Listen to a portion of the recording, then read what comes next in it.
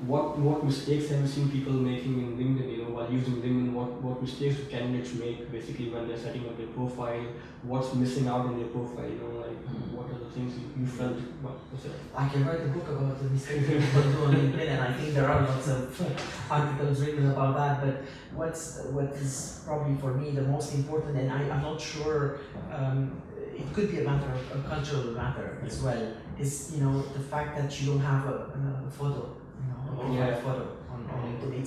It's hugely important. I mean, there are statistics about your chances of being viewed and your chances of being contacted when you have a profile picture.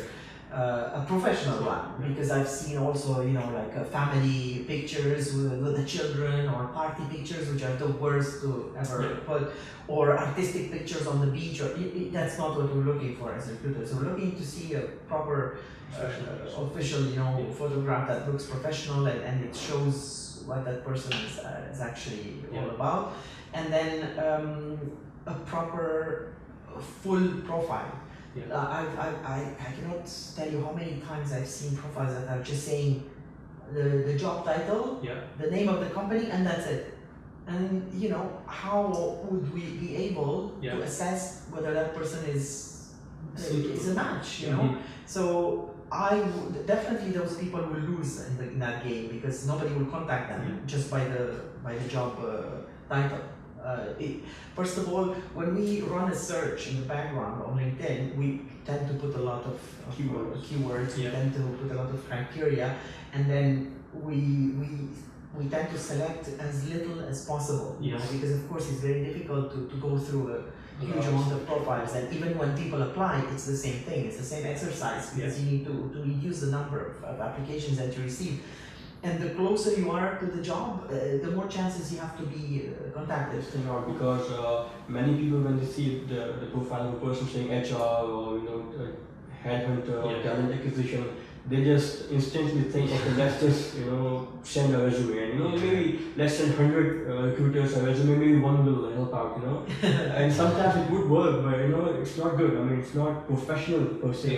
It doesn't give a good impression of a person itself. So it's very good to point out to people as well, that don't do this.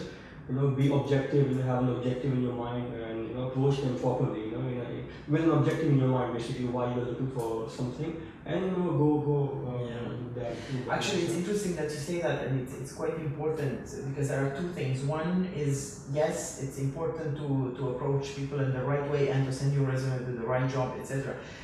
The other thing that you need to see is also how you approach recruitment agencies, for instance, and who do you approach in HR. Many people confuse human resources with the person who's going to hire you. For example, as an HR director, I would not normally be the right person to approach for a job. The most important thing to do is either you get in touch with the recruiters, or you get in touch with the actual functional head of the department that you're heading towards. Because there are two things here. One is that the human resources professionals do not necessarily get involved in recruitment. I do, because I have a passion for it and because it's one of my strengths, so I want to do it. But it's not necessarily a given.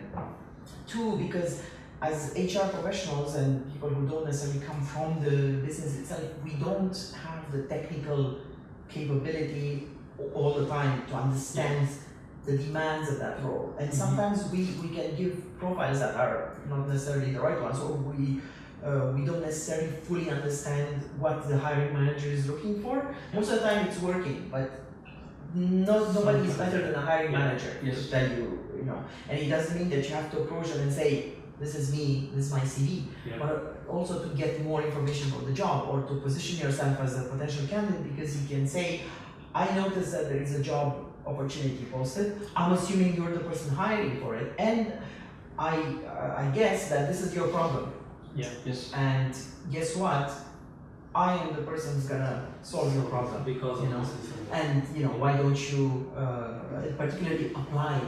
Lots of companies have already ATS, applicant tracking systems, and software for recruitment. So we want to have all our candidates in one place. We want to have a talent pipeline. That's why we actually buy these systems. So when a candidate approaches me on LinkedIn and tells me, please review my profile, and doesn't say anything else, there's nothing more annoying. And even if they fit, I have to answer them, telling them, please, can you go through the regular channel and send your resume. I want to analyze your resume in that context, Yes. and you will be in the system.